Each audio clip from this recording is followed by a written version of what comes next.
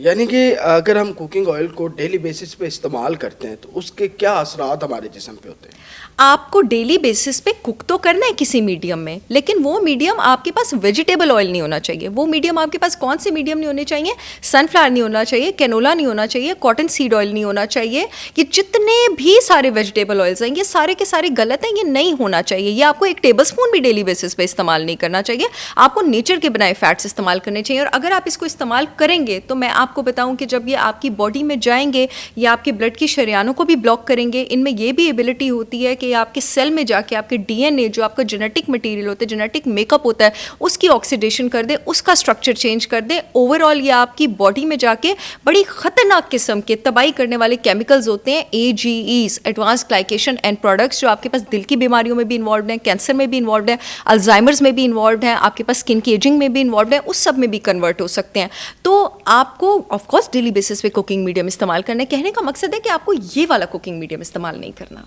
तो फिर cooking oil से बेहतर क्या है जो हम इस्तेमाल कर सकते हैं? देखिए, एक बात याद रखिएगा, ये मैं जब भी कहीं मुझे बुलाया जाता है मैं हमेशा कहती हूँ, nature does not make bad fats. अल्लाह ताला कोई बुरी चीज़ क्रिएट कर ही नहीं सकता जो उसने खाने के लिए क्रिएट की है, ठीक है? तो आपने अल्लाह ताला के बनाए फैट्स इस्तेमाल करने हैं। अब ये जो हमारे पास वेजिटेबल ऑयल्स होते हैं, असल में ये बुरे इसलिए होते हैं क्योंकि इनमें बहुत ज़्यादा डबल बॉन्ड होते हैं, यानी ऐसी कमज़ोर कड़ी होती है जो हाइड्रोजन और ऑक्सीजन और हीट को अकोमोडेट कर सकती है। जो सैचुरेटेड फैट होता है, अल्लाह ताला का बनाया फैट होता है, जैसे गाय का देसी घी हो गया, अच्छा एक जो नारियल का तेल होता है आपके पास, इनमें वो कमज़ोर कड़ी नहीं होती है जो हीट या ऑक्सीजन को अकोमोडेट कर सके। तो इसका स्ट्रक्चर चेंज नहीं होता, ये फटता नहीं है। इसमें आप जितना मर्जी अपना खाना पकाएं, क्योंकि कुकिंग मीडियम आपके पास इंटैक्ट रहता है तो खाना भी इंटैक्ट रहता है और वो आपके जिस्म में जाके कोई बीमारी नहीं करता। कुकिंग ऑयल के अंदर जो ट्रांस फैट होती है उसके हवाले से बताएं कि वो कितनी ख़तरनाक है। कुकिंग ऑयल के अंदर जो ट्रांस फैट होती है वो ट्रांस फैट भी होती है और वो मेगा फैट भी होती है। वो ट्रांस फैट और मेगा फैट इतने हद तक ख़तरनाक है कि हमारी बॉडी में अल्लाह ताला ने एंजाइम ही नहीं दिए हैं कि हम उसको डाइजेस्ट कर सकें। हमारी बॉडी में जो फैट डाइजेशन एंजाइम होते हैं वो लॉक और की तरह एक्ट करते हैं। जब फैट जाता है ऐसे ताले की तरह एंजाइम उसके साथ जाके लॉक हो जाता है। ट्रांस फैट जब आप लेते हैं तो ट्रांस फैट को लॉक करने का एंजाइम हमारे जिस्म में मौजूद नहीं है। इनफैक्ट जब फैट जज़ब करने वाला जो एंजाइम है ना, उसको ट्रांस फैट से मुलाकात होती है तो वो ऐसे कॉम्प्लेक्स सा स्ट्रक्चर बना लेता है जो टूट भी नहीं सकता, हिल भी नहीं सकता, हजम भी नहीं हो सकता।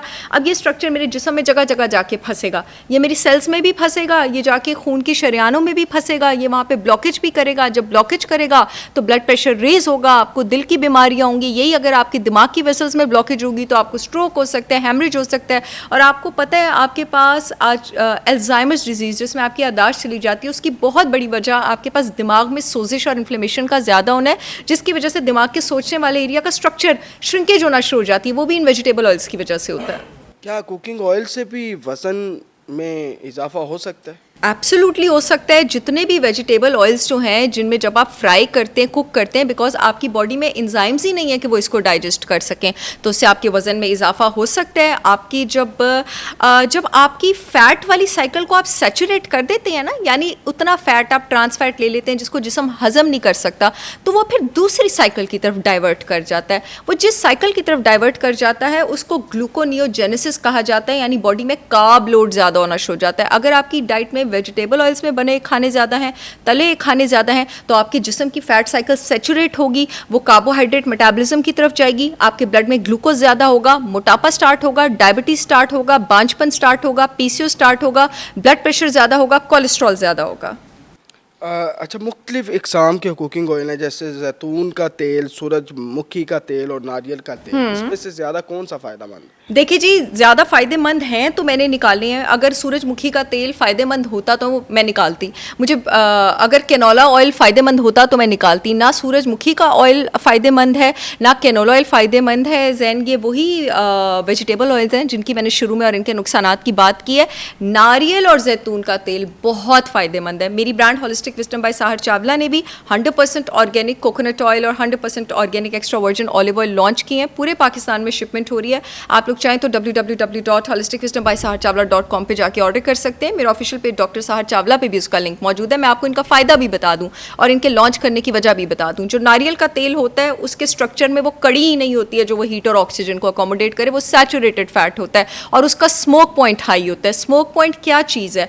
आप खाना हमेशा उस कुकिंग मीडियम में बनाते हैं जिसका आपके पास स्मोक पॉइंट हाई होता है, यानी अगर आप उसको, स्मोक पॉइंट का मतलब होता है कि एक तेल ने कितनी गर्मी बर्दाश्त की कि उससे पहले वो टूटा, उससे पहले उसका स्ट्रक्चर ख़राब हुआ। कोकोनट ऑयल का स्मोक पॉइंट और देसी घी का स्मोक पॉइंट आपके पास हाई होता है, वो बहुत ज़्यादा हीट बर्दाश्त कर सकता है, 450 डिग्री से ऊपर होता है इससे पहले कि वो टूटे। Sunflower oil, corn oil, canola oil, cotton seed oil, इन सब का स्मोक पॉइंट बहुत लो होता है, ये हीट बर्दाश्त करके बहुत जल्दी टूटते हैं और इनमें पूफा भी है। जो जैतून का तेल है वो बहुत अच्छा क्यों है? जैतून का तेल में आपके पास सैचुरेटेड फैट तो नहीं होता, लेकिन उसमें सिर्फ एक डबल बॉन्ड होता है जिसको मोनो अनसैचुरेटेड फैटी एसिड कहा जाता है, और वो कंपैरेटिवली काफ़ी हीट बर्दाश्त कर लेता है। मेरा अपना ऑलिव ऑयल भी अवेलेबल है, और जो लोग सैलड्स में इस्तेमाल करना चाहते हैं, जो लोग वेट वॉचर्स हैं, जो लोग जिस्म में सोजिश नीचे लाना चाहते हैं, जो लोग अपनी कैलोरी वॉच करना चाहते हैं, डेफिनेटली अगर आप अफोर्डिंग भी हैं तो आपको जैतून और नारियल का तेल ऑप्ट करना चाहिए।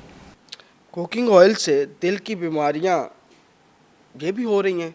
ऑफ कोर्स हो रही हैं। अगर आप, मैंने भी आपको बताया है कि आपके पास जब ये बॉडी में जाके एडवांस ग्लाइकेशन एंड प्रोडक्ट्स बनाता है और खून की शरेयानें जो है उसको ब्लॉक करता है, तो जब खून की शरेयानें ब्लॉक होती हैं तो पंपिंग ऑर्गन आपकी बॉडी का कौन है? आपके कौन सी बॉडी का न्यूक्लियस है जो पूरे जिस्म में खून पंप करता है? आपका हार्ट पंप करता है। तो अगर आपके ब्लड की वेसल्स ब्लॉक होंगी तो ऑफकोर्स आपको दिल की बीमारियाँ होंगी। बहुत बड़ी रीज़न है आपके पास मेमोरी लॉस की, दिल की बीमारियों की, ब्लड प्रेशर की, स्ट्रोक्स की, हेमरेजेस की, एंजाइना की, इन्फार्क्ट्स की। ये रीज़न आपके पास वेजिटेबल ऑयल्स हैं, कुकिंग ऑयल है। देसी घी खाने से आज तक दुनिया में किसी को दिल का दौरा नहीं पड़ा और किसी को ब्लड प्रेशर नहीं हुआ। इस बात पर मीम्स बनाना छोड़ दें।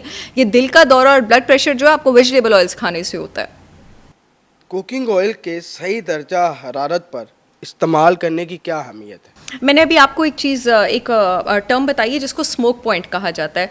स्मोक पॉइंट का मैं दोबारा मतलब बता देती हूँ। उसका मतलब ये है कि कोई भी कुकिंग मीडियम, कोई भी कुकिंग ऑयल कितनी गर्मी बर्दाश्त कर सकता है इससे पहले कि उसका स्ट्रक्चर टूट जाए। ठीक है, जैसे कोई भी इंसान जो है वो कितनी मुश्किल बर्दाश्त कर सकता है। जो कम मुश्किल बर्दाश्त कर सकता है वो फट्टू रह जाता है, जो ज़्यादा मुश्किल बर्दाश्त कर लेता है उसको अल्लाह तरक्की दे देता है। तो कुकिंग ऑयल्स का भी जनाब हमारे पास ऐसा ही हिसाब है। आपके पास जितने भी sunflower oil, corn oil, cotton seed oil, canola oil है, सारे के सारों का स्मोक पॉइंट बहुत लो है, और यही इनके टेम्परेचर की जो है वो अहमियत है। इनको आप कुकिंग में यूज़ नहीं कर सकते। आपके पास जो देसी घी है, जो नारियल का तेल है, इसका स्मोक पॉइंट आपके पास बहुत हाई है। एक और तेल का नाम लेने लगी हूँ, पाकिस्तान के लोग शायद ही उसको अफोर्ड कर पाए, एवोकाडो ऑयल। इसका सबसे हाई स्मोक पॉइंट होता है, 550 से भी ऊपर होता है। तो इसको आप जितना मर्जी हीट करते हैं, इसमें आप डीप फ्राई करें, खाना ख़राब नहीं होता। लेकिन अगेन, देसी घी को भी आपने 2 बार से ज़्यादा डीप फ्राई के लिए यूज़ नहीं करना।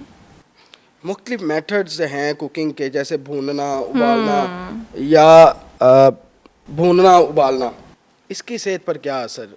अच्छा, ये अच्छा क्वेश्चन है। देखिए जी, मैं हमेशा कहती हूँ कि जब आपने सब्ज़ी पकानी हो तो आप उसको बहुत कम देर पकाएं, क्योंकि आपके पास सब्जियों में आप उसको सौते करें, ठीक है, और बहुत ज़्यादा ना उबालें, क्योंकि सब्जियों में आपके पास वाटर सॉल्युबल विटामिन होता है। जिस विटामिन ने पानी में डिजोल्व होना है, अगर मैं उसको पानी में बहुत देर पकाऊंगी तो वो तो पानी में निकल जाएगा। लेकिन जब आपने गोश्त पकाना है तो आप उसको ज़्यादा देर पकाएं, आप उसको भूनें। डिपेंड करता है आप पका क्या चीज़ रहे हैं। अगर आप सब्ज़ी पका रहे हैं तो आप इसको सिर्फ सौते करें, वरना उसकी सारी ग़िज़ाइयत गायब हो जाएगी। लेकिन अगर आप गोश्त पका रहे हैं तो कुकिंग मेथड्स की बहुत इंपॉर्टेंस है, आप उसको भूनें। अगेन, चाइनीज़ मेडिसिन की भी टॉपिक से थोड़ी स्ट्रे करेगी बात, लेकिन चाइनीज़ मेडिसिन की मैं बहुत बड़ी फ़ैन हूँ। चाइनीज़ मेडिसिन में, और मैं अपने पेशेंट्स को ट्रीट भी इस तरह करती हूँ कि आप डिफरेंट कुकिंग मेथड्स इस्तेमाल करके डिफरेंट पेशेंट्स को ट्रीट करते हैं। किसी को आप बेकिंग मेथड से ट्रीट करते हैं, किसी को आप बॉइलिंग मेथड से ट्रीट करते हैं, यानी उनके खाने उबाल के, और किसी को आप भूनने वाले मेथड से ट्रीट करते हैं।